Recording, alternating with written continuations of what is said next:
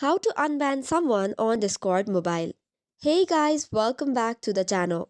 If you'd like to unban someone from the Discord mobile server, here is how you can do it. But before that, make sure you have updated the Discord application. Once that is done, launch the application and log in. After that, tap on the arrow at the top left to view your list of servers. Choose the server where the person was banned, and after that, tap on the server name.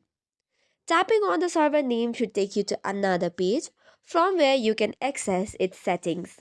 For this, tap on Server Settings option and scroll down. At the bottom of the page, you must see the bans option. Tap on it. Here you will see a list of all the band members. Use the search bar to quickly find the user by the username. After that, tap on the banned user's username and tap on Unban to lift the ban. So this is how you can unban someone on Discord mobile. That's it for today's video. For more such contents, do not forget to hit the like and subscribe button. Thank you and keep watching.